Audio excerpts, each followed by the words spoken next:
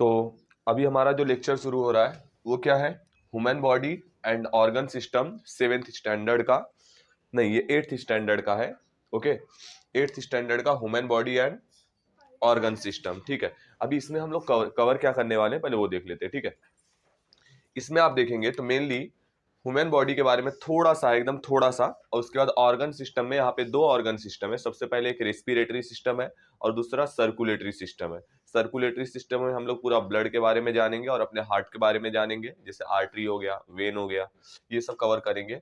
और हार्ट के बारे में तो एक बहुत बोला जाए स्प्रेड नॉलेज को रखेंगे, लेकिन अभी सबसे पहले थोड़ा सा ह्यूमन बॉडी, जितना आपके बॉडी के बारे में उतना जान लेते हैं। देन ऑर्गन सिस्टम में आज जो रहेगा वो हम लोग क्या कवर करेंगे, तो रेस्पिरेटरी सिस्टम कवर करेंगे। नेक्स्ट लेक्चर में हम लोग अपना सर्कुलेटरी सिस्टम भी कवर कर लेंगे। ठीक है, तो देखो ह्यूमन बॉडी के बारे में बोला जाए तो ह्यूमन बॉडी किससे बनी है, बहुत सारे ऑर्गन सिस्टम से बनी है, ऑर्गन सिस्टम से बनी हुई है। ओके, अब क्वेश्चन ये है कि ऑर्गन सिस्टम किससे बना है, तो बहुत सारे ऑर्गन्स जब एक साथ में काम करते हैं तो उसको बोला जाता है ऑर्गन सिस्टम। देखो बहुत सारे ऑर्गन्स एक साथ में काम कर रहे हैं, ये बात तो समझ में आ रहा है, लेकिन एक साथ में काम करने के लिए उनके अंदर एक प्रॉपर कोऑर्डिनेशन का होना बहुत ज्यादा जरूरी है। उनके अंदर प्रॉपर कोऑर्डिनेशन, कोऑर्डिनेशन मतलब हिंदी में एक बोला जाए तो इसको समन्वय कहते हैं। ये एक ऐसा वर्ड है जिसका मतलब बहुत ज्यादा जरूरी है कि वो हो। सही बात है ना, अगर एक ऑर्गन, देखो 2 ऑर्गन्स के बीच में जो मैसेज का ट्रांसफर होता है वो हमारे जैसे इंटरनेट के माध्यम से नहीं होता, इंटरनेट के थ्रू नहीं होता। यहाँ पे जो मैसेज का ट्रांसफर होता है मतलब थ्रू द केमिकल्स होता है। एक एक ऑर्गन को अगर कोई मैसेज अपने तरफ से सेंड करना है तो वो अपने अंदर से कुछ केमिकल सब्सटेंस हार्मोन्स के फॉर्म में या फिर एंजाइम्स के फॉर्म में क्या करेगा, सिक्रीट करता है। और वो हार्मोन या एंजाइम जैसे ही दूसरे ऑर्गन के पास पहुंचेगा, उस ऑर्गन को ये समझ जाएगा कि मुझे क्या एक्टिविटी परफॉर्म करनी है। इसको ट्रांसफर होने में बहुत कम से कम टाइम लगता है, इसको ट्रांसफर होने में बहुत कम से कम टाइम लगता है। अब आप सोचिए कि आपका ब्रेन जो है वो आपके बॉडी के सभी ऑर्गन्स को लगातार मैसेज भेजता रहता है कि किसको क्या एक्टिविटी परफॉर्म करनी है, हाँ या ना। तो इसका रियल मतलब क्या है, इसका रियल मतलब इतना है कि वो लगातार हार्मोन्स का सप्लाई करता रहता है। कौन, आपका ब्रेन। ब्रेन क्या है, नर्वस सिस्टम। ठीक है, तो नर्वस सिस्टम जो रहेगा वो आपके बॉडी के हर एक ऑर्गन को, बाकी जितने भी ऑर्गन सिस्टम है उनको कंट्रोल कौन कर रहा है, नर्वस सिस्टम कंट्रोल कर रहा है। तो वो क्या करता है, पूरे बॉडी के ऑर्गन्स पे या ऑर्गन सिस्टम पे अपने कंट्रोल को बनाए रखता है। ठीक है, कंट्रोल को भी और कोऑर्डिनेशन को भी, लोगों में आपस में कोऑर्डिनेशन को बनाए रखता है। अब जैसे मैं बात करूं रेस्पिरेशन में, तो रेस्पिरेशन में बहुत सारे ऑर्गन्स इंपॉर्टेंट हो जा रहे हैं। आप देखेंगे अभी सब कुछ क्या क्या ऑर्गन्स इसमें काम आते हैं, तो सब ऑर्गन्स तो काम कर रहे हैं, सही बात है। इसमें ये आपस में एक परफेक्ट वर्क करे, प्रॉपर फंक्शन करे, प्रॉपर फंक्शन मतलब अच्छे से काम करे, उसके लिए जरूरी होता है कि इनके अंदर एक प्रॉपर क्या होना चाहिए, कोऑर्डिनेशन होना चाहिए। क्या होना चाहिए, कोऑर्डिनेशन होना चाहिए। ठीक है, तो कोऑर्डिनेशन मतलब समन्वय का होना बहुत ज्यादा जरूरी है। ठीक है, तो बॉडी ऑर्गन, यहाँ पर ह्यूमन बॉडी के बारे में ऑर्गन सिस्टम से बनी हुई है। बहुत सारे ऑर्गन सिस्टम है आपके बुक में दिए गए हैं, जैसे एक्सक्रीटरी सिस्टम, इसके अलावा आप देखोगे respiratory system, circulatory system, digestive system, इसके अलावा nervous system, muscular system, skeleton system, ऐसे बहुत सारे सिस्टम्स हैं, ऑर्गन सिस्टम्स हैं जो कि आपकी बॉडी में सब काम कर रहे हैं। ठीक है, अभी आप इसके अलावा यहाँ पर चलो पहले अपने बुक का ही टॉपिक कवर कर लेते हैं, देखते हैं कुछ मतलब छूटे ना, और उसके बाद फिर रेस्पिरेटरी सिस्टम पे आएंगे तो वहां पर हम लोग देखेंगे कि इस रेस्पिरेशन के कितने लेवल है। लेकिन सबसे पहले जो बेसिक आपके बुक में है वहां से अपन शुरुआत करते हैं। ठीक है, तो 11th चैप्टर है human body and organ system, कौन सा, 8th स्टैंडर्ड। ओके, तो इसमें पहला क्वेश्चन ही पूछा है, from what the organ and organ system made up of. बोला जा रहा है हमारी बॉडी में जो ऑर्गन्स है या फिर जो ऑर्गन सिस्टम है वो किससे बने हुए हैं, चाहे ऑर्गन है या ऑर्गन सिस्टम है, वो एक्चुअली में किससे बना हुआ है। तो आप सबको पता है कि चाहे ऑर्गन सिस्टम की बात किया जाए, चाहे ऑर्गन की, वो बना हुआ है किससे, टिश्यूज से। सही बात है कि नहीं, टिश्यूज से। टिश्यू को हिंदी में क्या बोलते हैं, ऊतक। सही बात है, तो ऊतक से यानी कि टिश्यू से मिलकर बना है हमारे बॉडी का क्या, ऑर्गन सिस्टम। सही बात है कि नहीं। अच्छा एक बात और, क्योंकि सभी ऑर्गन और ऑर्गन सिस्टम का काम अलग अलग है, इसलिए सब अलग अलग टिश्यूज से भी बने हैं, अलग अलग टिश्यूज से भी बने हैं। आप ये नहीं बोल सकते कि सब सिंगल टाइप ऑफ टिश्यू से बने, आपके बॉडी में वेरियस टाइप ऑफ टिश्यूज हैं, और देखेंगे उसको भी कौन कौन से टिश्यूज हैं। लेकिन फिलहाल के लिए आपको पता होना चाहिए कि हर एक टिश्यू के क्योंकि फंक्शंस अलग है, हर ऑर्गन के फंक्शन यानी काम अलग है, इसलिए हर एक अलग अलग टाइप के टिश्यूज भी यहाँ पर मौजूद होते हैं आपके बॉडी में। ठीक है, अलग अलग पार्ट में। इसके बाद क्या है, which organ system are present in the human body, तो हमारे बॉडी में कौन से ऑर्गन सिस्टम प्रेजेंट है, तो मैंने आपको 10-11 गिनाए हैं और वो 10-11 आप बड़े आराम से कर सकते हैं। मैं रीड एक बार फिर से कर दे रहा हूं। तो बोला गया है कि वेरियस ऑर्गन सिस्टम, जैसे कि डाइजेस्टिव सिस्टम, ठीक है, डाइजेस्टिव सिस्टम के अलावा respiratory system, circulatory system, nervous system यानी कि अपना ब्रेन, नर्वस सिस्टम के अलावा एक्सक्रीटरी सिस्टम, जिसकी वजह से हम लोग एक्सक्रीटरी सिस्टम से क्या करते हैं, आप जो भी खा रहे हैं एनर्जी बनने के बाद आपकी बॉडी में या फिर न्यूट्रिएंट्स देने के बाद उसको बाहर निकालना बहुत ज्यादा जरूरी है, क्योंकि वो पॉइजनस सब्सटेंस में कन्वर्ट हो जाता है। पॉइजनस सब्सटेंस जैसे कि आप बात करेंगे अमोनिया, जैसे आप बात करेंगे यूरिक एसिड, जैसे आप बात करेंगे यूरिया, ये सब क्या है, जब खाना क्या हो जाएगा, कंप्लीटली उसका मतलब डाइजेशन हो जाता है। डाइजेशन का मतलब क्या है, डाइजेशन का मतलब केवल इतना है कि जो खाने के बड़े मॉलिक्यूल्स थे, बड़े बड़े टुकड़े थे, उसको छोटे छोटे टुकड़े में तोड़ देना और उसके अंदर जो भी न्यूट्रिएंट्स है उसको क्या कर लेना, एब्जॉर्ब कर लेना। जब उस न्यूट्रिएंट का एब्जॉर्ब हो जाता है तो उसके बाद आप देखेंगे कि उसका कन्वर्जन हो जाता है अमोनिया में, यूरिक एसिड में या यूरिया में।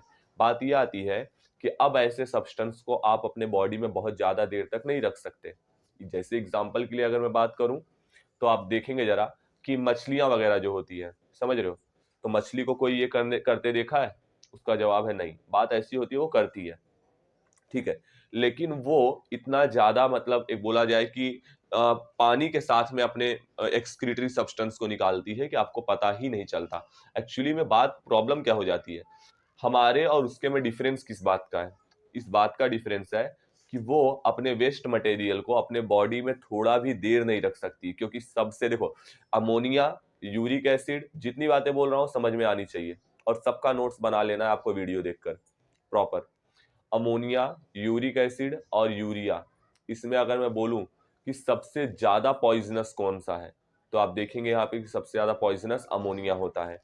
और अमोनिया के फॉर्म में अपना वेस्ट मटेरियल जो निकालता है वो मछली है, ठीक है, यानी फिशेज है, एक्वेटिक एनिमल्स मेनली, समझ रहे हो। तो ये क्या करते हैं, बहुत ज्यादा पानी का यूज करते हैं अपने वेस्ट मटेरियल को अपने बॉडी के बाहर निकालने में। और इस वजह से प्रॉब्लम ये आती है, आप देखेंगे कि मतलब कुछ दिनों में देखो आपको पानी वगैरह गंदा दिखाई देने लगता है और फिर मछलियां उसी पानी में रहती हैं तो उनको मतलब फिर दिक्कत होने लगती है, फिर वो मरने वगैरह लगती है। सही बात है कि नहीं। हाँ, हमारे बॉडी में क्या है कि हम लोग कम पानी का यूज करते हैं। यही नहीं, अगर आप डेजर्ट एनिमल्स की बात करोगे, जैसे ऊंट वगैरह की बात करोगे, तो ये और कम पानी का यूज करते हैं। क्यों? क्योंकि पानी की किल्लत रहती है, स्कैरिसिटी ऑफ वाटर, मतलब पानी की बहुत ज्यादा इनको किल्लत रहती है, तो ये बहुत ज्यादा कम पानी का यूज करते हैं। समझ रहे हो मेरी बात, मैं क्या बोल रहा हूँ, क्लियर है। हाँ, चलो, तो डाइजेस्टिव सिस्टम हो गया, एक्सक्रीटरी सिस्टम हो गया, रिप्रोडक्टिव सिस्टम हो गया।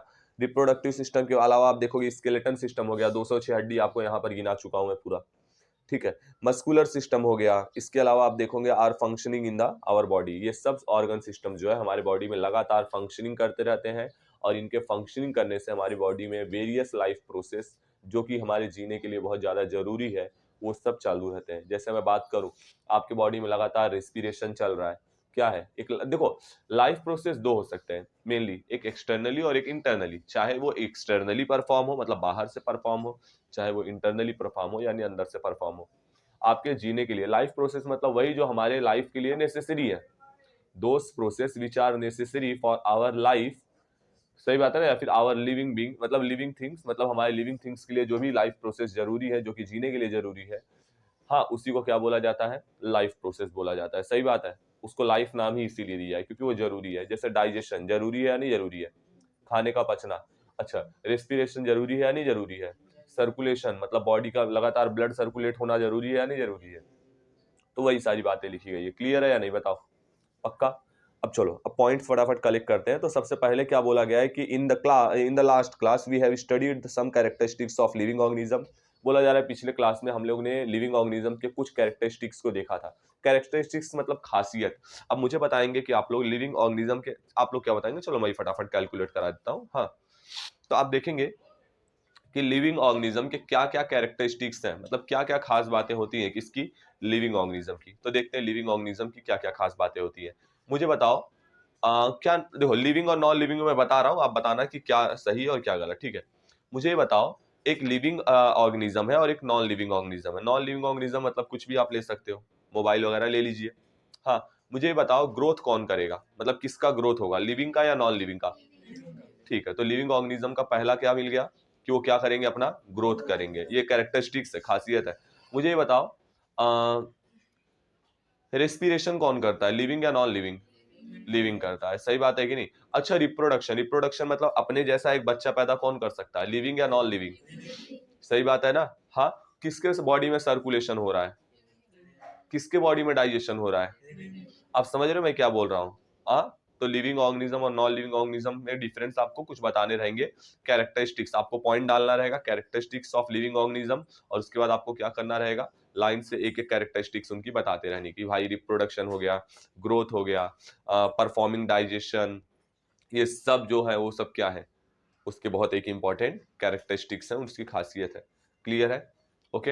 अच्छा, आगे क्या बोला गया है कि all the vital process which are essential property of living beings are collectively called life process. मतलब वो सारे प्रोसेस जो कि एक लिविंग बींग के लिए बहुत ज्यादा इसेंशियल है, बहुत ज्यादा जरूरी है, उसी को आप क्या बोलेंगे यहाँ पर, लाइफ प्रोसेस। मैंने वही बात बताई कि लाइफ प्रोसेस क्या होती है। उसके बाद आप बहुत सारे लाइफ प्रोसेस को गिना सकते हैं कि अगर कि अगर ये प्रोसेस नहीं चलेगा तो प्रॉब्लम हो जाएगी। ठीक है, चलो। Which process occur in our body during the sound sleep. बहुत इंपॉर्टेंट पॉइंट, जब आप सोते रहते हो तो उस टाइम पे आपके बॉडी में कौन कौन से प्रोसेस चलते रहते हैं, तो आप सबको पता है कि जब आप सोते रहते हैं तो भी बहुत सारे ऐसे प्रोसेस रहते हैं जो आपकी बॉडी में कंटिन्यूअसली चलते रहते हैं। जैसे मैं बोलूं हार्ट बीट, हार्ट का धड़कना रुक जाता है क्या सोते टाइम? नहीं, उस सोते टाइम की बात छोड़ो, कभी भी रुक गया तो आप चल दोगे। ठीक है, तो आप देखेंगे कि अच्छा, इसके अलावा रेस्पिरेशन, सांस लेना चलता रहता है। अच्छा, मुझे ये बताओ डाइजेशन, खाना खा के सो जाते हो, सुबह खाना पचा रहता है, सही बात है। तो इससे ही नहीं, बहुत सारे ऐसे प्रोसेस रहते हैं जो कंटिन्यूअसली आपके बॉडी में क्या होते रहते हैं, चालू रहते हैं। समझ रहे हो मेरी बात? चलो, which life process occur continuously in our body. तो बोला जा रहा है कौन से लाइफ प्रोसेस है जो कंटिन्यूअसली अपने बॉडी में हो रहे हैं। तो आप देखेंगे रेस्पिरेशन, सर्कुलेशन, डाइजेशन, सही बात है ना? ऐसे बहुत सारे लाइफ प्रोसेस है जो कंटिन्यूअसली हमारे बॉडी में चलते रहते हैं। सही बात है कि नहीं? क्लियर? आगे देखते हैं। अब देखो यहाँ पर उसी बात को थोड़ा ब्रॉड करके बताया, जैसे कि मैंने आपको बताया कि बहुत सारे ऑर्गन्स को मिलाकर यहाँ पर ऑर्गन सिस्टम बनते हैं। इसके अलावा आप देखोगे तो ऑर्गन सिस्टम जो होते हैं बहुत सारे लाइफ प्रोसेस को चलाने में बहुत ज्यादा इंपॉर्टेंट होते हैं। तो वही सारी बात को लिखा है, देखो क्या लिखा है। Different organ system in our body are working in the group so smoothly carry out the various life process. बोला जा रहा है हमारे बॉडी में बहुत सारे ऑर्गन और या फिर ऑर्गन सिस्टम है जो स्मूथली अपने काम को करते रहते हैं, और जिसकी वजह से क्या होता है कि हमारी बॉडी में जो लाइफ प्रोसेस है वो कंटिन्यूअसली चलता रहता है। क्लियर है? ओके। आगे क्या लिखा है, this life process takes place in the various step. अब ये लाइफ प्रोसेस जो है आपको यहाँ पर पता चलेगा कि कैसे कैसे क्या क्या परफॉर्म होता है। चाहे आप देखेंगे यहाँ पर आपकी यहाँ पर बुक में जो है उसमें दो है, एक तो रेस्पिरेटरी सिस्टम और एक सर्कुलेटरी सिस्टम। अभी यहाँ पर आप समझेंगे कि कैसे ये लाइफ प्रोसेस जो है ये अलग अलग स्टेप में परफॉर्म हो रहे हैं, सब एक साथ में नहीं हो जाता। जैसे अगर मैं डाइजेशन की ही बात करूं तो खाने को पहले छोटे छोटे पार्ट में तोड़ा जाता है। आप सबको मैंने बताया ये सारी चीज कि खाने को सबसे पहले छोटे छोटे पार्ट में तोड़ा जाता है, फिर और ज्यादा तोड़ा जाता है, और फिर कहीं जाके उसका एब्जॉर्ब किया जाएगा, एब्जॉर्ब करके फिर उसको रिलीज किया जाएगा। मतलब एक बहुत पूरा प्रोसेस होता है जो कि स्टेप बाय स्टेप चलता है कि पहले ये प्रोसेस होगा, फिर ये प्रोसेस, फिर ये प्रोसेस। आप अगर किसी कंपनी वगैरह में जाइए और आप देखिए कि वहां कोई भी सामान बन कैसे रहा है, चाहे कोई भी सामान है, अचानक से कुछ नहीं बन जाता। समझ रहे हो? जैसे आप देखेंगे कोई भी चीज, आप कोई भी चीज की मैन्युफैक्चरिंग की बात करिए जो कि कंपनी से बनकर आती है, तो कैसे बनकर आती होगी, उसका अलग अलग पार्ट जो रहेगा वो अलग अलग जगह पर बनता रहेगा, फिर सबको लाकर एक साथ में असेंबल करते होंगे, यानी जोड़ते होंगे, और फिर जाके एक वो चीज बनती होगी। हाँ या ना? तो हर एक जो प्रोसेस होता है, चाहे वो बाहर हो चाहे अंदर हो, समझ रहे हो, वो क्या होते हैं, अलग अलग स्टेप्स में परफॉर्म होते हैं, पता होना चाहिए। ओके। अब आप अगर देखेंगे तो यही लिखा है कि group of organ working together. वही बोला है कि जो ग्रुप ऑफ ऑर्गन्स है, बहुत सारे ऑर्गन्स जो ग्रुप करके अपना एक काम को करते हैं, उसी को आप क्या बोलते हैं, ऑर्गन सिस्टम। तो देखो लिखा है group of organ working together to perform a specific function is called organ system. कि किसी एक स्पेसिफिक फंक्शन को, किसी एक काम को करने के लिए जब पूरे ऑर्गन्स जो है वो एक ग्रुप बनाकर काम करते हैं तो उसी को आप क्या बोलते हैं, यहाँ पर ऑर्गन सिस्टम बोलते हैं। मैंने जैसा कि बताया इनके बीच में क्या होना जरूरी है, कोऑर्डिनेशन। ओके, आगे बढ़ते हैं। वेरियस ऑर्गन सिस्टम जैसे कि digestive system, respiratory system, circulatory system, nervous system, excretory system, reproductive system, skeleton system, muscular system, ऐसे बहुत सारे सिस्टम हैं आपकी बॉडी में जो लगातार वर्क कर रहे हैं। आपको पेपर में क्वेश्चन बन सकता है कि राइट एनी 4 या 5 एग्जांपल ऑफ ऑर्गन सिस्टम। जैसे बोला जा सकता है ना, what is organ system, give the example of 4 और 5 ऑर्गन सिस्टम। तो आपको देना पड़ेगा 4-5 ऑर्गन सिस्टम के नाम। क्लियर है? कोई दिक्कत आई? अच्छा, एक बहुत इंपॉर्टेंट वर्ड बोला है, जरा उस बात को समझ लेते हैं। बोला गया है कि ये लाइफ प्रोसेस को चलने के लिए, लाइफ के प्रोसेस को परफॉर्म होने के लिए, लाइफ के प्रोसेस को परफॉर्म होने के लिए सबसे ज्यादा, लाइफ प्रोसेस बोल दो या फिर ऑर्गन सिस्टम बोल दो, कि ऑर्गन सिस्टम को वर्क करने के लिए, ऑर्गन सिस्टम को वर्क करने के लिए किसकी जरूरत होती है? तो जरूरत होती है एनर्जी की। जरूरत होती है एनर्जी की। अगर आपकी बॉडी में एनर्जी नहीं रहेगा तो ये लाइफ प्रोसेस है या फिर जो ऑर्गन सिस्टम है ये सब काम नहीं कर पाएंगे। ठीक है, मामला ये है, जरा इस बात को समझो। लाइफ प्रोसेस चलते हैं तो जाकर एनर्जी बनती है, हाँ या ना? और एनर्जी रहती है तो लाइफ प्रोसेस चलता है। सोचने वाली बात है, नहीं समझ रहे हो आप मैं क्या बोल रहा हूं? हाँ, डाइजेशन होता है, एब्जॉर्प्शन होता है, या फिर सर्कुलेशन हो रहा है, या रेस्पिरेशन हो रहा है, ये सब लाइफ प्रोसेस चल रहा है, तब जाके आपकी बॉडी में क्या बन रही है?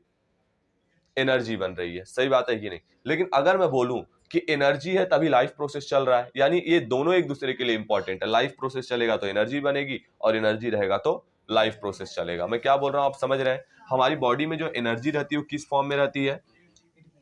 यानी एडेनोसाइन ट्राई फॉस्फेट, इस फॉर्म में हमारी बॉडी में क्या रहती है? एनर्जी रहती है। क्लियर है? कोई दिक्कत आई? चलो, अब आगे देखेंगे आप तो लाइफ प्रोसेस के बारे में, एनर्जी के बारे में। ये एनर्जी बनती किसके हेल्प से है? तो इस एटीपी को बनाने के लिए सबसे ज्यादा इंपॉर्टेंट जो दो चीजें होती हैं, एक होता है आप देखेंगे न्यूट्रिएंट्स, जिसमें आप देखेंगे कि न्यूट्रिएंट्स में आप क्या क्या देख सकते हैं। जैसे मैं बात करूं ग्लूकोज, मैं बात करूं कार्बोहाइड्रेट, मैं बात करूं फैट, तो ये सब क्या होते हैं? ये सब इंपॉर्टेंट न्यूट्रिएंट्स होते हैं जो कि आपको खाने के थ्रू ही मिल सकते हैं। किसके थ्रू मिल सकते हैं? खाने के थ्रू। आप चाहे कोई भी खाना खा लीजिए, पिज्जा से लेकर के दाल चावल तक, चाहे जो भी सब्जी वगैरह वॉट आप खा लीजिए, आपको हर एक खाने से कुछ न कुछ अमाउंट में यही तीन मिलेगा तो मिलेगा। हो सकता है आप जैसे दूध वगैरह ज्यादा पी रहे हो, दही वगैरह ज्यादा खा रहे हो, तो आपको क्या ज्यादा मिल जाएगा? आप देखेंगे कि फैट वगैरह ज्यादा मिलेंगे। सही बात है ना? ऐसे ही मतलब मैं क्या बताऊं, चावल वगैरह खा रहे हो तो कार्बोहाइड्रेट ज्यादा मिलने लगेगा, रोटी वगैरह खा रहे हो तो प्रोटीन ज्यादा मिलने लगेगा। मैं ये बताना चाहता हूं कि आप चाहे कोई भी खाना खाइए, इसीलिए बोला जाता है कि एक बैलेंस डाइट, बैलेंस डाइट का मतलब होता है संतुलित आहार। तो बैलेंस डाइट किसको बोला जाता है? तो बैलेंस डाइट में आप देखेंगे दाल चावल रहेगा, रोटी रहेगी, इसके अलावा आप देखेंगे तो दूध रहेगा, दूध के अलावा आप देखेंगे सब्जी रहेगी। ये बैलेंस डाइट का मतलब क्या होता है? बैलेंस डाइट का मतलब ये होता है कि हमारे बॉडी को जो भी न्यूट्रिएंट्स चाहिए वो उस क्वांटिटी में दिया जाए।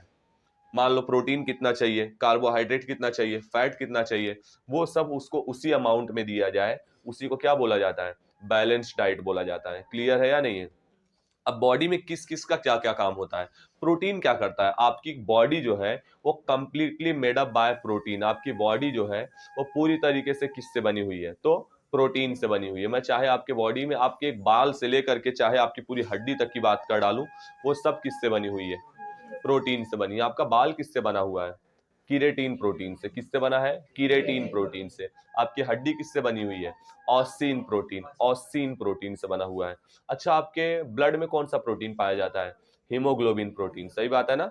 हीमोग्लोबिन प्रोटीन पाया जाता है। आपके ऐसे ही स्किन में भी आप देखोगे मेलेनिन प्रोटीन पाया जाता है, जिसमें आप देखोगे जिसकी वजह से एक प्रॉब्लम होता है, लड़कियां ज्यादा गोरी होते हैं और लड़के ज्यादा काले होते हैं। समझ रहे हो? उसके पीछे का रीजन क्या है? Melanin protein. सही बात है कि नहीं? हाँ, तो आप देखेंगे ये सब बहुत तरह तरह के प्रोटीन्स होते हैं। आपकी कंप्लीटली बॉडी में बात करूं, पूरी बॉडी आपकी किससे बनी हुई है? तो उसका जवाब है किससे बनी हुई है? प्रोटीन से बनी हुई है। क्लियर है? अच्छा, इसके अलावा अगर मैं बात करूं कार्बोहाइड्रेट, तो अब प्रोटीन का क्लियर हो गया काम। Our complete body is made up by the protein. अब कार्बोहाइड्रेट क्या करता है? कार्बोहाइड्रेट जो है वो बॉडी को एनर्जी देने का काम करता है। कार्बोहाइड्रेट बॉडी को क्या देता है? प्रोवाइड एनर्जी, एनर्जी प्रोवाइड करने का। जैसे ग्लूकोज, ग्लूकोज एक कार्बोहाइड्रेट का फॉर्म में रहता है। वो क्या करता है? कार्बोहाइड्रेट मतलब अभी आपको पता नहीं होना चाहिए वो सब बातें, लेकिन फिर भी जान लो कि वो सभी मॉलिक्यूल्स जिसमें कार्बन हाइड्रोजन और ऑक्सीजन का रेशियो 1:2:1 होगा, वो सब क्या होंगे? कार्बोहाइड्रेट्स में आएंगे। मतलब CHO 1:2:1। कार्बन अगर एक तो हाइड्रोजन दो, और ऑक्सीजन फिर से एक होगा, कुछ भी बोलेगा। अब आप देखो यहां पर, तो यहां पर आप देखेंगे C6H12O6, ठीक है।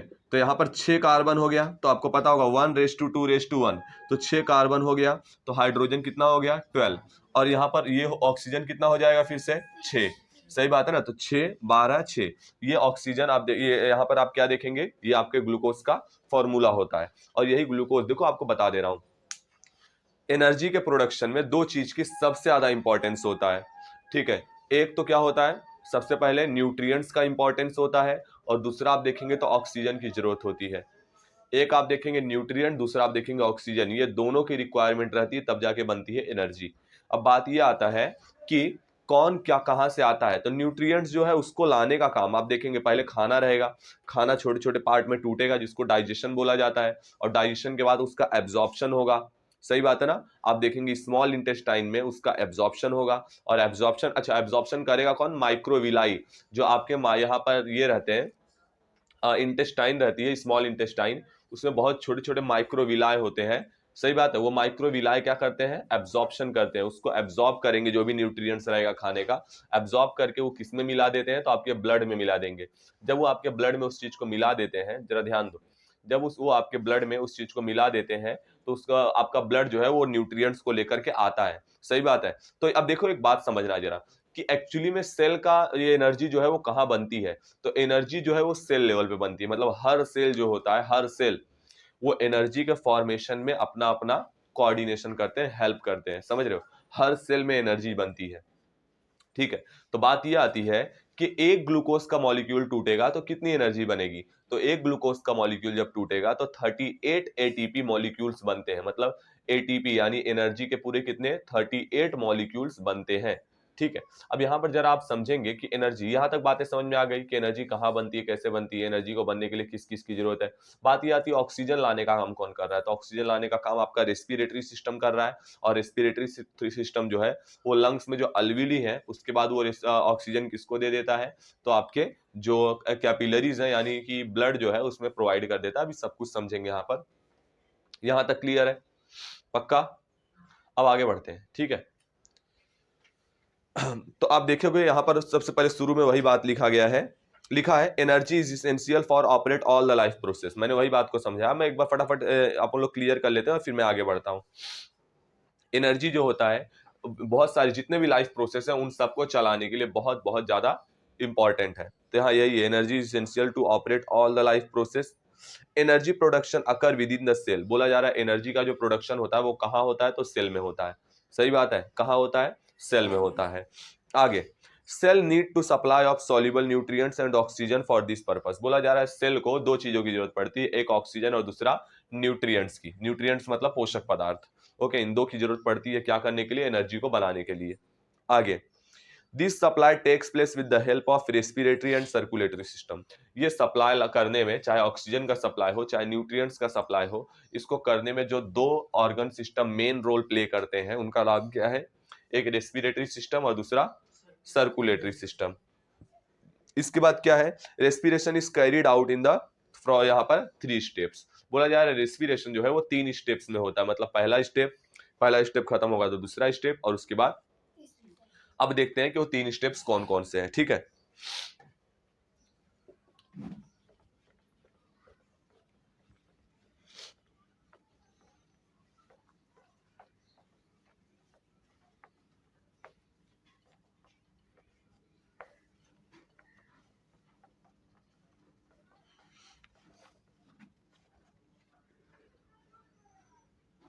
देखो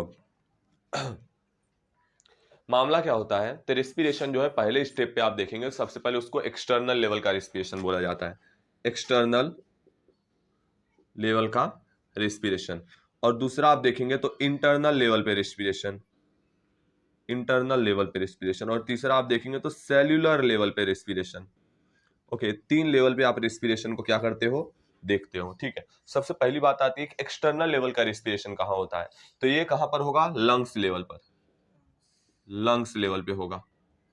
ये आप देखेंगे तो यहां पर सेल और टिश्यू के बीच में, मतलब ये सॉरी सेल और कैपिलरीज के बीच में होगा, सेल एंड कैपिलरीज मैं बता रहा हूं अभी, कैपिलरीज, और फाइनली आप इसको देखेंगे तो inside the cell, inside the cell.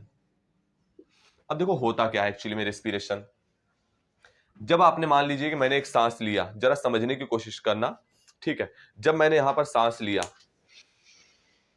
कुछ इस तरीके से, तो ये सांस एक्चुअली में फाइनली आप देखेंगे, अरे बस कितना सांस लेना चालू कर दिए। तो मान लीजिए कि आपका क्या था, लंग्स था, ठीक है। तो ये सांस जो है वो कहां पर आ गई, आपके लंग्स में, और लंग्स में बहुत सारे छोटे छोटे क्या होते हैं, अलविली, ठीक है। अब अलविली यहां पर होते हैं साइड में एकदम कॉर्नर में। तो यहां पर देखो अलविली का स्ट्रक्चर कुछ कैसा होता है, और अलविली के चारों ओर भरे होते हैं कैपिलरीज। अलविली के चारों ओर यहाँ पर होते हैं कैपिलरीज। ये कैपिलरीज से पूरा एकदम भरी होती है, रिच होती है एकदम, रिच टू द कैपिलरीज। तो होगा क्या, जरा यहाँ ध्यान देना, कैपिलरीज में क्या आरबीसी दौड़ते रहते हैं, क्या दौड़ते रहते हैं, आरबीसी। आप देखोगे यहाँ पर यहाँ पर आपके ब्लड में एक हीमोग्लोबिन पाया जाता है, जिसमें आयरन को मतलब आयरन का सप्लाई रहता है। इसमें हीमोग्लोबिन जो रहता है ये भी एक तरह का प्रोटीन है, आयरन कैरी करने वाला प्रोटीन है। और आप देखेंगे यहाँ पर कि यहां से देखो, ये यहां से जो आ रहा है वो डीऑक्सीजनेटेड ब्लड है। डीऑक्सीजनेटेड ब्लड मतलब एक ऐसा ब्लड मतलब जिसको आपकी बॉडी ने क्या कर लिया है, यूज कर लिया है। जिस ब्लड के मतलब देखोगे आप, आपकी बॉडी क्या कर रही है, लगातार फंक्शन परफॉर्म कर रही है। तो उस टाइम पे वो क्या करेगी कि जब वो कैपिलरी उसके साइड से जाती है, जिस सेल के साइड से वो कैपिलरी जाएगी, वो सेल जो रहेगा उस कैपिलरी के ऑक्सीजन को क्या कर लेता है, एब्जॉर्ब कर लेता है और एनर्जी का प्रोडक्शन कर लेता है। और जब एनर्जी का प्रोडक्शन करता है तो वो अपने अंदर से दो चीजों को निकालता है। सबसे पहली चीज वो रहेगा कार्बन डाइऑक्साइड, जो दूसरी चीज है वो क्या रहेगी, वाटर वेपर। मैं बता दे रहा हूं, जरा वो रिएक्शन देख लो।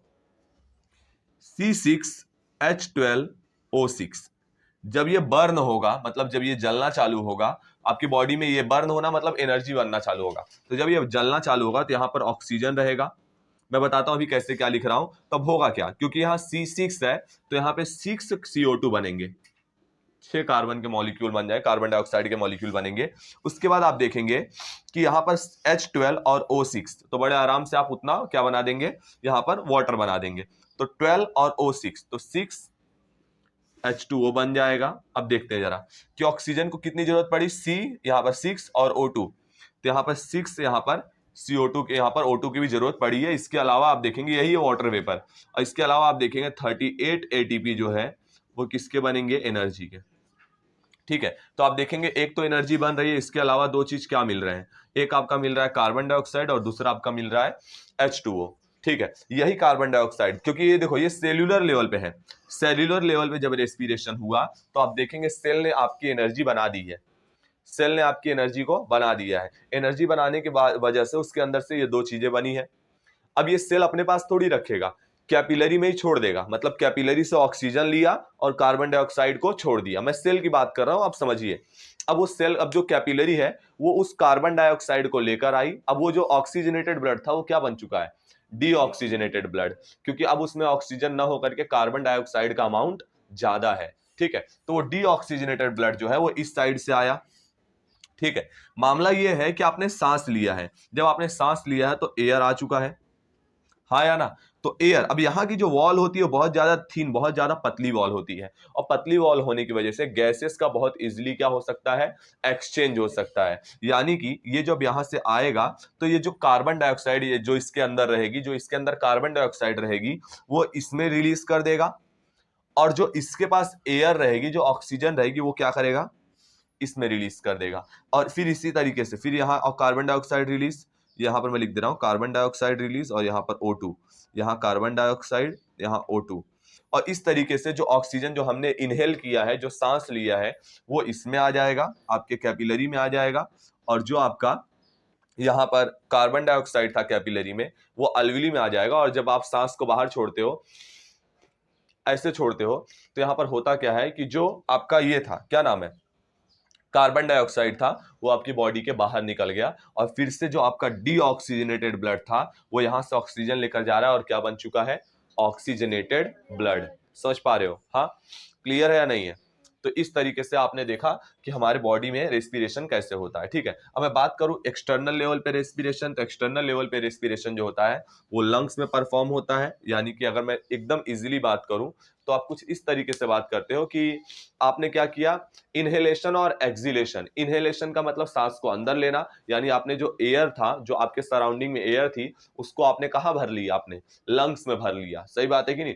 एक्सहेलेशन का मतलब क्या होता है, एक्सहेलेशन का मतलब होता है कि जो आपने बाहर मतलब अंदर जो भी कार्बन डाइऑक्साइड बनी थी उसको आपने लंग्स में भरा और लंग्स से आपने क्या कर दिया, बाहर रिलीज कर दिया। समझ रहे हो मेरी बात। तो ये दो प्रोसेस होता है कहां पर, यहां पर एक्सटर्नल लेवल पे। एक्सटर्नल रेस्पिरेशन में आप दो तरीके के रेस्पिरेशन करते हो, एक इनहेलेशन, दूसरा एक्सहेलेशन। क्लियर है। तो मैं जरा पढ़ रहा हूं, आपको जो दिक्कत आएगी वो बता देना। ओके, लिखा गया है कि एक्सटर्नल रेस्पिरेशन में पहले वही लिखा है कि इनहेलेशन यानी इंस्पिरेशन, बोला air is taken through the nose and sent towards the lung through the trachea. Trachea मतलब वही है वाइंड पाइप। सही बात है ना। ठीक है, तो बोला गया है कि आप एयर को क्या करते हो, इनहेल कर लेते हो, अंदर ले लेते हो और वो फाइनली आपके लंग्स में चली जाती है नोज से होते हुए। क्लियर है। फिर क्या बोला है, यहां पर एक्सहिलेशन। एक्सहिलेशन के लिए बोला है oxygen from the inspired air goes into the blood. जो ऑक्सीजन है, जो कि मतलब क्या कहते हैं कि आपके मतलब वो बता रहा है कि जो ऑक्सीजन जो कि आपने सांस लिया था वो ऑक्सीजन आपके ब्लड में चली जाती है और ब्लड का जो कार्बन डाइऑक्साइड रहता है वो कहाँ चला आता है, तो ब्लड का जो कार्बन डाइऑक्साइड रहेगा वो आपके अलविली में चला जाता है और अलविली से बाद वो क्या हो जाएगा, आप क्या कर दोगे, उसको बाहर रिलीज कर दोगे। तो देखो क्या लिखा है, oxygen from the inspired air goes into the blood carry the carbon dioxide from various part body towards the lung। मतलब अलग अलग पार्ट से जो आपका ब्लड है वो जो कार्बन डाइऑक्साइड रहेगा उसको लेकर आता है और फाइनली किस में रिलीज कर देगा, अलविली में। तो देखो क्या लिखा है, this air given out by exhalation. इस एयर को बाहर निकाल दिया जाता है किस मेथड से, एक्सहिलेशन से। इस एयर में क्या प्रेजेंट रहेगा, कार्बन डाइऑक्साइड। देखो लिखा है both the process occurring with the help of lungs are collectively called external respiration। बोला जा रहा है वही कि इनहेलेशन और एक्सहिलेशन जो है इन दोनों को आप मिला दोगे तो इसी को बोला जाता है एक्सटर्नल रेस्पिरेशन। क्लियर है या नहीं है। अब बात आती है कि इंटरनल रेस्पिरेशन कहां होता है। तो मैंने आपको बताया कि मान लीजिए कि ये मेरा एक सेल है, जब कैपिलरी इसके बगल से गुजरती है, जब कैपिलरी इसके बगल से गुजरती है तो ये सेल क्या करता है, ये सेल इसका जो ऑक्सीजन रहेगा उसको अपनी अंदर ले लेता है और जो इसका कार्बन डाइऑक्साइड बना हुआ है वो क्या कर देगा, उसमें रिलीज कर देगा। याद रखना ये कार्बन डाइऑक्साइड लाना ले जाना हर एक चीज कर कौन रहा है, तो हीमोग्लोबिन कर रहा है। कौन कर रहा है, हीमोग्लोबिन। और उस हीमोग्लोबिन को ऑक्सी हीमोग्लोबिन बोला जाता है। जब जब क्या करेगा, जब ध्यान सुनना, जो हीमोग्लोबिन अपने साथ में ऑक्सीजन को लेकर जा रहा है उसको ऑक्सी हीमोग्लोबिन बोला जाता है। तो यहां जरा समझने की कोशिश करो कि यहां पर जो मतलब ये यहां से जब आ रहा था तो ये ऑक्सीजनेटेड था, लेकिन इसके ऑक्सीजन को भाई ने ले लिया, किसने, सेल ने ले लिया। और उस सेल का जो कार्बन डाइऑक्साइड था उसको किसने ले लिया, बताइए। यहाँ पर मतलब हीमोग्लोबिन में, यानी वो छोड़ दिया वापिस, सेल जो था वो ब्लड में छोड़ दिया। अब ये डीऑक्सीनेटेड बल के यहाँ से आगे जाएगा और इसे बहुत सारे डीऑक्सीनेटेड ब्लड जो रहते हैं वो क्या आ जाएंगे, आप कहाँ पर आएंगे, आपके अलविली से जब रहेगा उसको क्या कर देगा, फिल्टर करके फिर से क्या कर देगा, ऑक्सीजनेटेड बना देता है। कोई दिक्कत आई, पक्का। चलो अब आप देखेंगे यहाँ पर कि इंटरनल रेस्पिरेशन के बारे में जान लेते हैं। ठीक है, तो क्या लिखा है, exchange of gas between the cell and tissue. मतलब यहां पर आप देखेंगे एक्सचेंज ऑफ गैस। ठीक है, गैस जो है उसका क्या होगा, एक्सचेंज होगा। तो जब गैस का यहां पर एक्सचेंज होगा तो exchange of gas between the cell and tissue fluid is called internal respiration.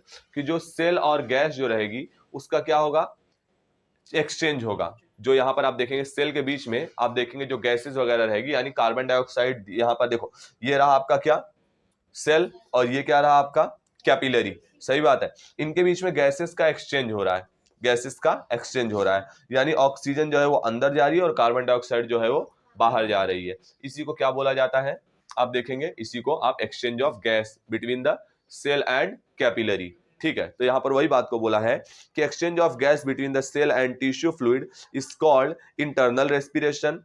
Oxygen move from blood, वही देखो लिखा है कि ऑक्सीजन जो कि ब्लड में है वो कहां चला जाएगा, टिश्यू यानी कि सेल में चला जाएगा, और जो कार्बन डाइऑक्साइड है वो कहां चला जाएगा, वापिस ब्लड में। ब्लड से कहां चला जाएगा, सेल में, और सेल से कहां चला जाएगा, ब्लड में। क्या जाएगा, कार्बन डाइऑक्साइड।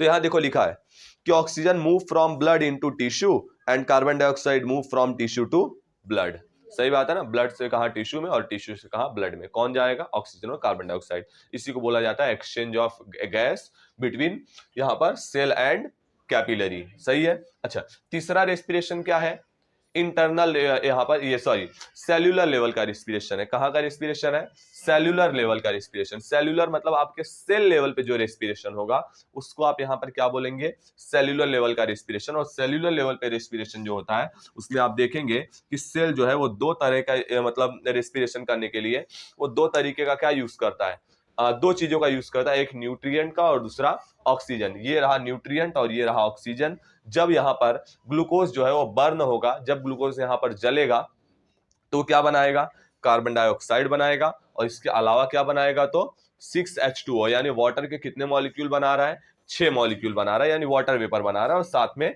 एनर्जी को प्रोड्यूस करेगा। तो एनर्जी का प्रोडक्शन कहां पर होता है, सेल्यूलर लेवल पे। क्लियर हो गया, आपको पता होना चाहिए। तो वही देखो लिखा है कि जो डिसॉल्व न्यूट्रिएंट्स रहेंगे जैसे कि ग्लूकोज वगैरह हो गया, ये स्लोली बर्न मतलब धीरे धीरे बर्न होना शुरू होंगे, यानी ऑक्सीडाइज होना शुरू होंगे। और जिसकी वजह से देखो क्या लिखा है, with the help of oxygen and energy release into the form of ATP. Oxygen के हेल्प से ये बर्न होना शुरू होगा, जिसकी वजह से एनर्जी जो रिलीज होगी वो किसके फॉर्म में होगी, तो मैंने बताया था एटीपी के फॉर्म में होगी। वही बातें लिखा है। वेस्ट मटेरियल, जैसे कि वेस्ट मटेरियल इसमें क्या क्या निकलते हैं, एक कार्बन डाइऑक्साइड, दूसरा वाटर वेपर। तो यहां बोला गया है कि waste material carbon dioxide and water vapour जो कि प्रोड्यूस होगा ड्यूरिंग दिस प्रोसेस, इस प्रोसेस में ये दोनों चीजें प्रोड्यूस होंगे।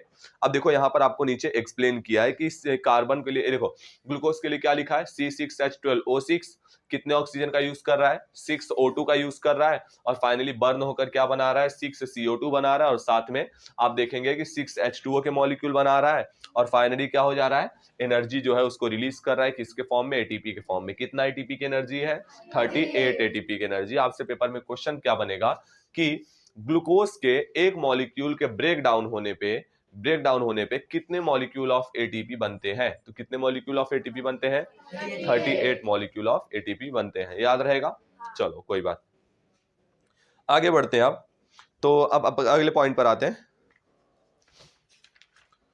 तो यहां पर रेस्पिरेटरी सिस्टम है, स्ट्रक्चर एंड फंक्शन हमको उसका क्लियर करना है, तो मैं यहां पॉइंट डाल दे रहा हूं और फिर हम लोग एक एक लाइन से उसके रेस्पिरेटरी सिस्टम से समझ में आ रहा है कि एक ऑर्गन सिस्टम है। और अगर आपको इसके बारे में जानना है तो इसके जितने भी ऑर्गन इसमें इन्वॉल्व है उस सब के बारे में आपको यहाँ पर बारी बारी से देखना रहेगा। ठीक है, फिर नहीं समझेगा तो हम देखेंगे। चलो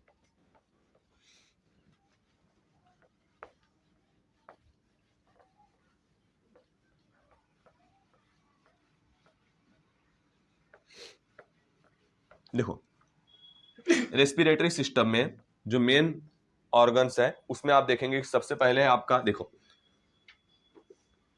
रेस्पिरेटरी सिस्टम, इसमें सबसे पहले बात किया गया नोज पे। नोज के बाद थोड़ा सा हम लोग यहां पर फेरिंग्स के बारे में बात करेंगे। फेरिंग्स, हाँ, फेरिंग्स के बाद क्या बोला है, ट्रैकिया के बारे में बोला गया है क्या, तो ट्रैकिया मतलब वाइंड पाइप, उसी में हम लोग बात कर लेंगे। वाइंड पाइप में आप देखेंगे कि ट्रैकिया शुरुआत में थोड़ा स्वेलन रहता है, मतलब फूला हुआ रहता है, किसकी वजह से, क्योंकि वहां क्या रहता है, साउंड बॉक्स रहता है। ठीक है, थोड़ा वाइंड, हाँ देखो लिखा तो है windpipe, windpipe. Wind pipe से होते हुए कहां आएगा वो, लंग्स में। क्लियर है या नहीं है, बताओ। और लंग्स से होते हुए आगे आप चलेंगे तो यहां पर लंग्स में एक्सचेंज ऑफ गैस हम लोग यहीं पे पढ़ लेंगे कि गैस का एक्सचेंज कैसे होता है, मैंने बताया है आपको। तो exchange of gas, okay, exchange of gas. Exchange of gas के बाद आप देखेंगे लास्ट पॉइंट यहां पर क्या है, डायफ्राम।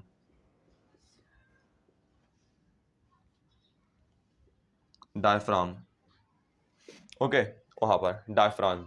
ठीक है, तो इस तरीके से हम लोग अभी यहाँ पर ये सभी ऑर्गन सिस्टम्स को कवर करने वाले। तो सबसे पहले आप बात करेंगे नोज पे। तो नोज जो है वो रेस्पिरेटरी सबसे एक्सटर्नल रेस्पिरेटरी ऑर्गन है, सबसे बाहर का जो रेस्पिरेटरी ऑर्गन है उसी का नाम क्या है, नोज है।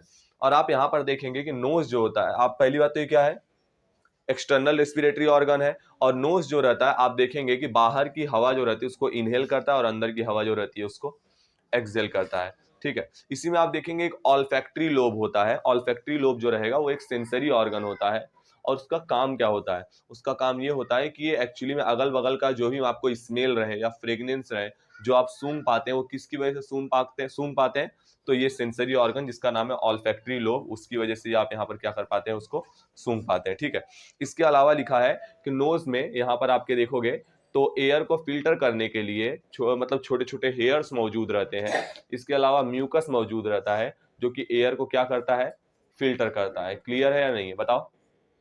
तो एयर के फिल्ट्रेशन में कौन हेल्प करता है, क्लियर है। यहाँ पर सबसे पहले आप शुरू में देखेंगे तो कौन, आपका नोज। नोज में क्या मौजूद है, hair and mucus which filter the our surrounding air, जो हमारे सराउंड, क्योंकि सराउंडिंग का एयर देखोगे तो उसमें क्या रहते हैं, बहुत सारे डस्ट पार्टिकल्स मौजूद रहते हैं। सही बात है ना, तो वो सब डस्ट पार्टिकल्स को क्लीन करने का काम जो करेगा वो कौन करेगा, आपका नोज कर देगा।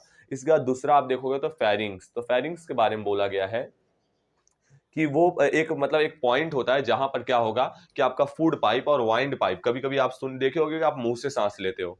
सही बात है ना, जब आप मतलब एक होता है कि आज के टाइम पे आप इतना आलसी बन गए हो कि आप ऐसे पड़े रहोगे और फिर पड़े पड़े आप सांस ही नहीं लेते हो। और फाइनली फिर ये सब अलग अलग मतलब आप आगे पढ़ोगे तो आपको पता चलेगा कि इसमें एक एक्सटर्नल एनर्जी लगती है जिसकी वजह से वो आपका मुंह ओपन हो जाता है और फिर आप मुंह से सांस लेना चालू कर देते हैं। ठीक है, तो आप देखेंगे यहाँ पर होता क्या है कि वाइंड पाइप और फूड पाइप दोनों एक जगह पर आकर जहां मिलती है उसी रीजन को फेरिंग्स बोला जाता है। और फेरिंग्स में होगा क्या, तो फेरिंग्स में आप देखेंगे यहां पर कि यहां से वो दोनों पाइप साथ में जाएगी, यहां एक इपिग्लॉटिस रहेगा। इपिग्लॉटिस क्या होता है, ये एक ढक्कन जैसा होता है और आप देखेंगे कि ये जब खाना आपके नॉर्मली हमेशा ओपन रहता है, लेकिन जब खाना ट्रांसफर होने लगता है यानी फूड पाइप में से खाना जाने लगता है तो वो अपने मतलब बोला जाए कि इसको चेंज ना करने पाए, मालूम पड़ा गलती से वो वाइंड पाइप में चला जाएगा तो मालूम पड़ा आप टंग सकती है आपकी लाइफ।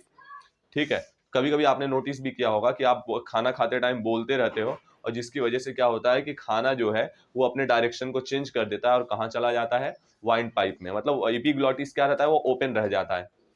समझ रहे हो, उसको ये मैसेज नहीं मिल पाता कि भाई क्या है, बंद होना है। ठीक है, जिसकी वजह से प्रॉब्लम क्या आएगी, प्रॉब्लम ये आ जाती है कि आपको फाइनली मतलब एक बहुत ज्यादा ठसका जैसा वो बोला जाता है ना, हिकअप हिचकी वगैरह आना शुरू हो जाता है। वो हिचकी वगैरह आने के पीछे जो रीजन मतलब होता है वो होता है डायफ्राम। डायफ्राम के मसल्स क्या होते हैं, बहुत तेजी से कॉन्ट्रैक्ट होते हैं और होने के बाद फिर अचानक में छूटते रिलैक्स होते हैं और जिसकी वजह से आपको क्या लगता है, वो एक झटके के साथ में खाना बाहर निकलता है और वापिस आपके मुंह में आ जाता है।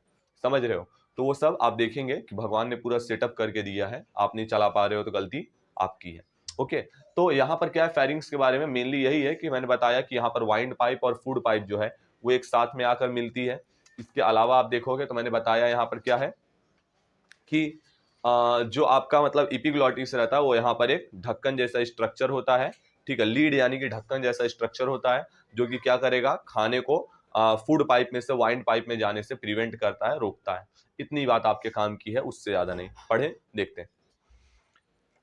फेरिंग्स के बारे में लिखा है, food pipe and wind pipe originate in the pharynx, मतलब मिल जाती है कहां पर, फेरिंग्स में। आगे wind pipe is present in the front of food pipe, मतलब फूड पाइप के आगे आप देखोगे वाइंड पाइप प्रेजेंट होती है, यहां से वाइंड पाइप और इसके पीछे फूड पाइप रहती है। आगे देखते हैं।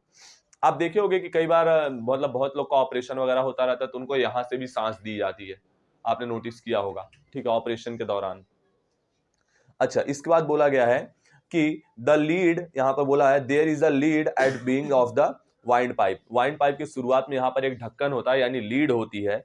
इसके अलावा आप देखोगे this lid close the windpipe during the passing of food into the food pipe and thereby normally prevent the entry of food particle into the windpipe. वही बात है कि जब फूड जो है वो फूड पाइप से होते हुए जाता रहता है तो यहाँ पे लीड जो रहती है वो अपने आप को इनक्लोज कर लेती है, बंद कर लेती है, जिसकी वजह से जो फूड है वो वाइंड पाइप में एंट्री नहीं कर पाता है। आगे, otherwise wind pipe remains open, नहीं तो क्या होगा, अगर ऐसा प्रॉब्लम हो गया तो वाइंड पाइप जो रहेगी मतलब नॉर्मली तो हमेशा ओपन रहती है, लेकिन जब फूड यहां से क्रॉस होने लगता है तो क्या हो जाएगी, क्लोज हो जाती है। Hence air passes through the pharynx into the wind pipe, और इस वजह से एयर जो रहेगा वो कहां से कहां पास होता है, फेरिंग से वाइंड पाइप में चला जाता है। चलो आगे बढ़ते हैं हम। थर्ड पॉइंट क्या है, वाइंड पाइप। तो वाइंड पाइप को ही क्या बोलते हैं, ट्रैकिया भी बोलते हैं। सही बात है ना। आप देखेंगे यहाँ पर वाइंड अलग हो जाएगा और यही ट्रैकिया जो रहेगा वो आगे चल के बायफॉर्केट हो जाता है। बायफॉर्केट मतलब दो पार्ट में डिवाइड हो जाता है और दोनों पार्ट अलग अलग लंग्स में चले जाते हैं, जैसा कि मैंने आपको दिखाया था कि जरा देखिए, ये मान लीजिए कि आपका लंग्स है, ठीक है। तो यहां से आप देखेंगे तो ये ट्रैकिया थी और यहां से ये बायफॉर्केट होके दोनों लंग्स में चली गई। क्लियर हो गया, ठीक। तो यहां पर आप देखेंगे वही चीज लिखा है कि वाइंड पाइप जो रहेगी वो सॉलिन रहेगी। सॉलिन शुरू में सॉलिन रहती है, सॉलिन मतलब फूली हुई। यहां पर इसके पीछे का रीजन क्या है, इसके पीछे का रीजन ये है कि एक्चुअली में यहां पर क्या रहता है, साउंड बॉक्स रहता है। और यही साउंड बॉक्स आपने नोटिस, आपकी देखो आपका जो जीभ है, जो टंग है, वो साउंड को क्या करता है, वो साउंड को एक्चुअली में फ्लक्चुएट करता है। फ्लक्चुएट करके उसको एक मतलब बताता है कि सामने वाले का एक्सपीरियंस क्या है, एक्सप्रेशन क्या है, क्या वो बताना चाहता है। आप जो भी बोल रहे हैं अंदर से तो केवल हवा आ रही है। देखो आप अगर जीभ ना रहे तो अंदर से केवल आवाज आएगी। आपने कभी गूंगे लोगों को बोलते हुए सुना होगा।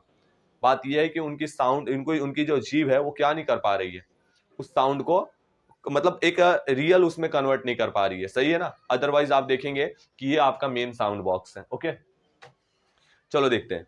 तो बोला है windpipe is a solid at the beginning due to the sound box. Windpipe जो रहेगी वो बाइफरकेट हो जाती है इन द थोरैक्स। थोरैक्स मतलब इस रीजन में आते ही वो क्या हो जाएगी, बाइफरकेट हो जाएगी, दो इक्वल पार्ट में डिवाइड हो जाती है। वंस अ ब्रांच इंटर, यहाँ पर वन ब्रांच, एक ब्रांच जो रहेगी वो लेफ्ट साइड वाले लंग्स में चली जाएगी और दूसरी ब्रांच जो रहेगी वो राइट साइड वाले लंग में चली जाएगी। ठीक, यहाँ पर आपका वाइंड पाइप खत्म हो गया। और अब आप देखेंगे लंग्स। तो लंग्स के बारे में आप सबको पता है, लंग्स के बारे में क्या क्या बातें बोल सकते हैं, जरा ध्यान देना। यहाँ पर पहली बात तो दो होता है, लंग्स कितने होते हैं, दो होते हैं। इसके अलावा आप देखेंगे तो लंग्स देखोगे तो स्पंज लाइक स्ट्रक्चर। स्पंज मतलब आपने देखा होगा सोख्ता जिसे कहा जाता है, जिसको आप दबा दीजिए तो दब जाएगा और फिर से फूल जाएगा। तो लंग्स जो होता है वो एक स्पंज जैसा स्ट्रक्चर होता है। लंग्स अपने अंदर एक बहुत छोटा स्ट्रक्चर, सैक, सैक मतलब बोरी जैसा स्ट्रक्चर, लेकिन वो बहुत छोटा स्ट्रक्चर होता है जिसको अल्विली कहा जाता है, फिर अल्विलस कहा जाता है, वो रखता है। अल्विलस के बारे में सब जानते हो कि गैस के एक्सचेंज में मेनली जो लंग्स में हेल्प करता है वो अल्विली ही होता है। सही बात है। हाँ, तो आप देखेंगे कि लंग्स में जाने के बाद क्या होता है कि जो आपका ये था ये ब्रोंकियोल्स में बहुत सारे कन्वर्ट हो जाता है। जो बायफर्केट होकर अंदर गया है, अब ये बहुत सारे ब्रोंकियोल्स में कन्वर्ट हो जाता है, यानी छोटे छोटे धागे जैसा स्ट्रक्चर होता है। और ये पूरे मतलब पूरे लंग्स में क्या पहुंचा देते हैं, एयर को पहुंचा देते हैं। और वहां से एयर क्या होगा, एक्सचेंज होकर यानी डीऑक्सीजनेटेड होकर आपके बॉडी के बाहर आता है। ओके, मैं पढ़ रहा हूं, फिर देखते हैं क्या दिक्कत है इसमें। ठीक है। अच्छा, एक बात और देखो, आपके बॉडी का इतना पार्ट जो है ये थोरैसिक कैविटी है, उसके नीचे का पार्ट जो है वो एब्डोमिनल कैविटी है। अच्छा, उसके नीचे का पार्ट क्या है, यहाँ पर पेल्विक कैविटी है। सही बात है कि नहीं। और यहाँ पर थोड़ा समझो कि थोरैसिक कैविटी को एब्डोमिनल कैविटी से कौन सा ऑर्गन सेपरेट करता है, डायफ्राम। क्या सेपरेट करता है, डायफ्राम। ठीक है। तो देखो यहाँ पर क्या लिखा है, A lung is present on either side of heart in the thoracic cavity। अगर शॉर्ट में बोला जाए तो लंग्स जो होता है वो कहाँ प्रेजेंट होता है, तो थोरैसिक कैविटी में प्रेजेंट होता है। Maximum area of thoracic cavity जो है वो ऑक्यूपाई होता है बाय लंग्स। मतलब यहाँ पर थोरैसिक कैविटी जो होता है उसको सबसे ज्यादा अगर किसी ने उसका एरिया को कवर किया है तो वो कौन है, लंग्स है। इसके अलावा क्या बोला, it is occupied by lung and they are covering the maximum part of heart. और बोला जा रहा है लगभग हार्ट को पूरी तरीके से कौन कवर करके रखता है, लंग्स कवर करके रखता है। लंग्स आपके आप बोलेंगे लेफ्ट साइड में नहीं है, आप देखेंगे बीच में ही है, सेंटर में ही है। और वो थोड़ा सा एकदम लेफ्ट में जाता है, एकदम थोड़ा सा वो कहाँ जाता है, लेफ्ट में जाता है, जिसकी वजह से उसे बोला जाता है कि वो लेफ्ट साइड में। बहुत लोग यहाँ बताते हैं, यहाँ नहीं होता, यहाँ होता है। क्लियर है। हाँ, चलो आगे देखते हैं। तो आप देखोगे कि each lungs has a double layered covering. बहुत इंपॉर्टेंट है, उसको प्ल्यूरा बोलते हैं, पता होना चाहिए। ठीक है। तो हर जो लंग्स होती है उसके पास डबल लेयर की कवरिंग होती है और आप देखोगे इट इज कॉल्ड प्ल्यूरा। इसके अलावा lungs are elastic like a sponge. मैंने बताया कि लंग्स कैसा होता है, इलास्टिक होता है, किसकी तरह, स्पंज की तरह। अच्छा, इसके अलावा आप देखोगे lungs are made up by the mainly small components. बहुत सारे छोटे छोटे कंपोनेंट्स रहते हैं, ये कंपार्टमेंट्स रहते हैं, जिसको क्या बोला जाता है, अल्विली बोला जाता है। आप देखोगे उससे आपका पूरा लंग्स बना होता है। और ऐसे बहुत सारे पता नहीं कितने लाख अल्विली जो रहते हैं वो आपके लंग्स में प्रेजेंट होते हैं। तो देखो क्या लिखा है, रिच नेटवर्क ऑफ यहाँ पर capillaries is present around each alveolus. मैंने बताया कि जो भी अल्विलीज हैं उनके चारों तरफ आप देखेंगे, उनके अराउंड देखेंगे तो आपको एक बहुत रिच नेटवर्क मिलेगा। किसका नेटवर्क, कैपिलरीज का नेटवर्क, जो कि लगातार क्या लेकर आ रहे हैं, डीऑक्सीजनेटेड ब्लड, क्या लेकर जा रहे हैं, ऑक्सीजनेटेड ब्लड। सही बात है कि नहीं। अब उसी में आपको देखो एक पॉइंट और एक्स्ट्रा भी लिखा है कि wall of the alveoli and capillary are extremely thin. मैंने ये सब पढ़ा चुका हूं कि जो इसकी वॉल होती है, अल्विली की वॉल होती है और कैपिलरी के बीच में जो वॉल होती है वो बहुत ज्यादा पतली होती है, बहुत ज्यादा पतली होती है, जिसके वजह से यहाँ पर गैसेस का एक्सचेंज बड़े ही इजिली हो जाता है, बहुत इजिली यहाँ पर गैसेस का क्या हो जाता है, एक्सचेंज हो जाता है। देखो यहाँ पर क्या लिखा है, wall of the alveoli and capillary are extremely thin, बहुत ज्यादा पतली होती है। Gaseous exchange can easily takes place across the thin wall, और यहां से गैसियस का एक्सचेंज इस थिन वॉल से, मतलब पतली वॉल से बहुत ही इजिली क्या हो पाएगा। हाँ, आगे क्या बोला गया है, larger surface area is available for gas exchange, और इस वजह से क्योंकि वो पूरे आपके लंग्स में फैला हुआ है, इस वजह से एक बहुत बड़ा सरफेस एरिया मिलता है जिससे बहुत सारी गैसेस का एक्सचेंज एक साथ में हो पाता है। क्लियर है। अच्छा, थोड़ा सा और exchange of gas in the lungs, वही सारी बातें बताया हूं कि जो ऑक्सीजन रहता है वो क्या होगा, किस में चला जाएगा, आपके इसमें चला जाएगा, और कार्बन डाइऑक्साइड जाएगा उसमें चला जाएगा। उसी पॉइंट को बताया है, लिखा exchange of gases in the lungs, कि कैसे वो गैसेस का एक्सचेंज हो रहा है। तो देखो क्या लिखा है, गैसियस एक्सचेंज अकर कंटिन्यूअसली, ये एक्सचेंज जो रहता है वो लगातार होता रहता है जब ब्लड क्या होता रहेगा, सर्कुलेट होता रहेगा अराउंड द अल्विली।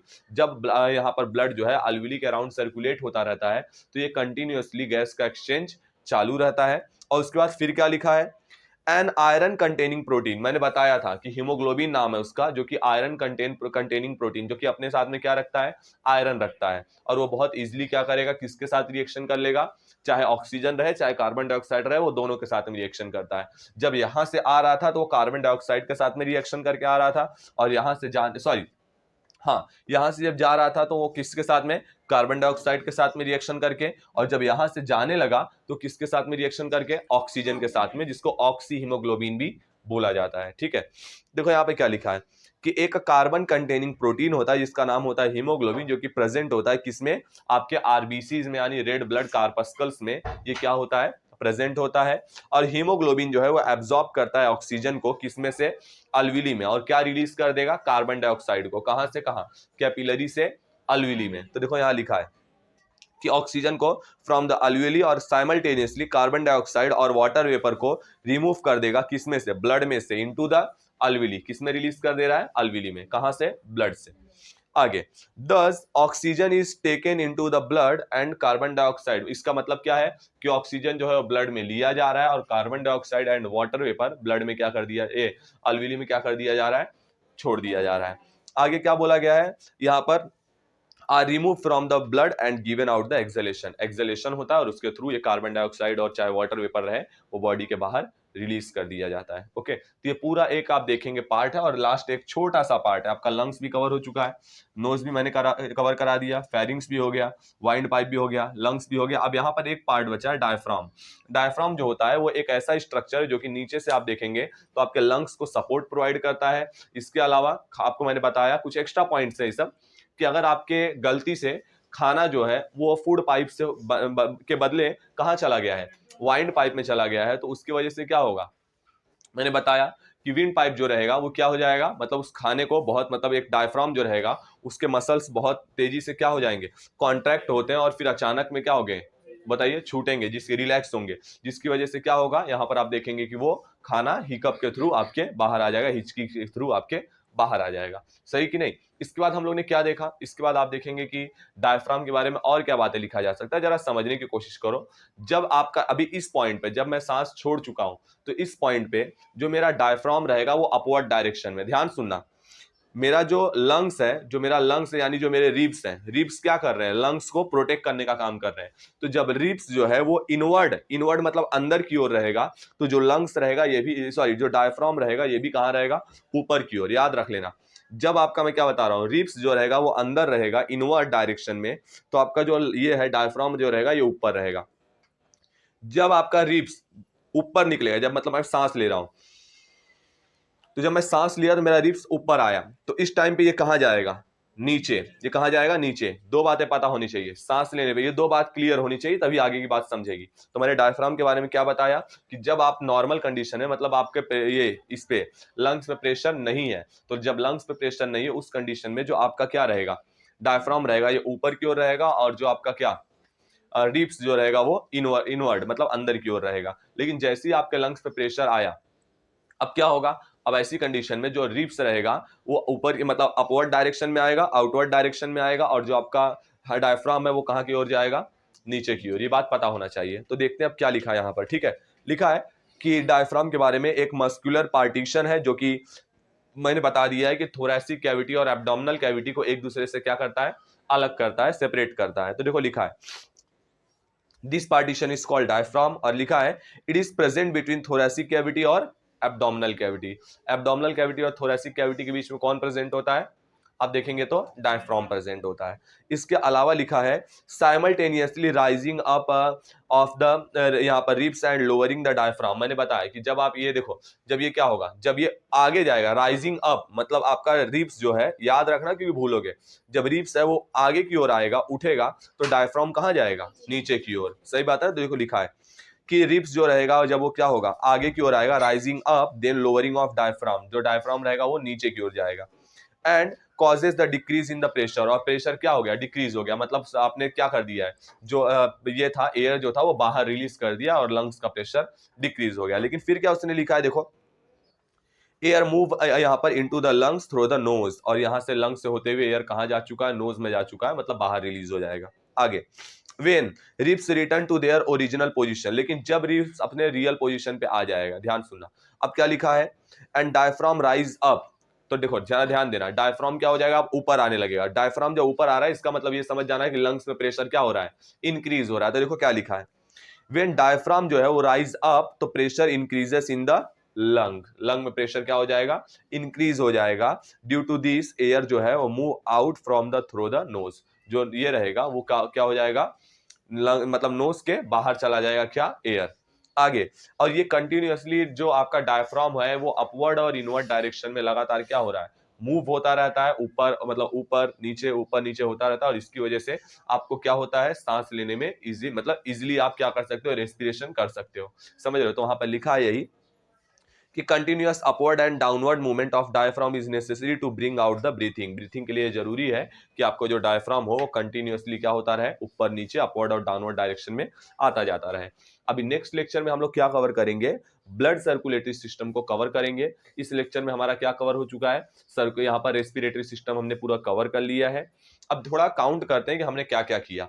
तो सबसे पहले हमने क्या कवर किया, लाइफ प्रोसेस के बारे में जाने। फिर हम लोगों ने देखा कि लाइफ प्रोसेस को परफॉर्म करने के लिए केवल एक ऑर्गन की जरूरत नहीं पड़ेगी, पूरे ऑर्गन सिस्टम की जरूरत पड़ती है। सही बात है कि नहीं। फिर हम लोग ने एक ऑर्गन सिस्टम को उठाया जिसका नाम था रेस्पिरेटरी सिस्टम, लेकिन उससे पहले हम लोग ने एक बहुत इंपॉर्टेंट लाइफ प्रोसेस देखा जिसका नाम है रेस्पिरेशन। फिर रेस्पिरेशन को हम लोगों ने देखा कि रेस्पिरेशन तीन तरह मतलब 3 स्टेप्स में परफॉर्म होता है। सबसे पहले एक्सटर्नल लेवल पे, उसके बाद इंटरनल लेवल पे, उसके बाद सेल्यूलर लेवल पे। फिर हम लोग ने देखा कि रेस्पिरेटरी सिस्टम के बारे में। रेस्पिरेटरी सिस्टम में हमने बहुत सारे ऑर्गन से बात किया। सबसे पहले बात किया नोज पे, नोज के बाद बात किए फेरिंग्स पे, फेरिंग्स के बाद ट्रैकिया यानी कि वाइंड पाइप। फिर हम लोग ने बात किया लंग्स पे। फिर हम लोग ने देखा एक्सचेंज ऑफ गैसेस किसके किसके बीच में, अल्विली, और आप देखेंगे कि एक तो अल्विली और दूसरा आपका कैपिलरीज। सही बात है ना, कार्बन डाइऑक्साइड और ऑक्सीजन का कैसे क्या हो रहा था, एक्सचेंज हो रहा था। इसके बाद हम लोग ने किस पे बात कर लिया, फिर अपना आप देखेंगे डायफ्राम। डायफ्राम के बारे में मैंने बताया कि किस तरीके से ये हेल्प करता है, चाहे इनहिलेशन की बात हो चाहे एक्सहिलेशन की बात हो। तो इस लेक्चर में हम लोग यहीं तक रहने देंगे। अब हम लोग कहाँ आएंगे, अगले लेक्चर में, और वहां देखेंगे हम लोग ब्लड सर्कुलेटरी सिस्टम। चलो।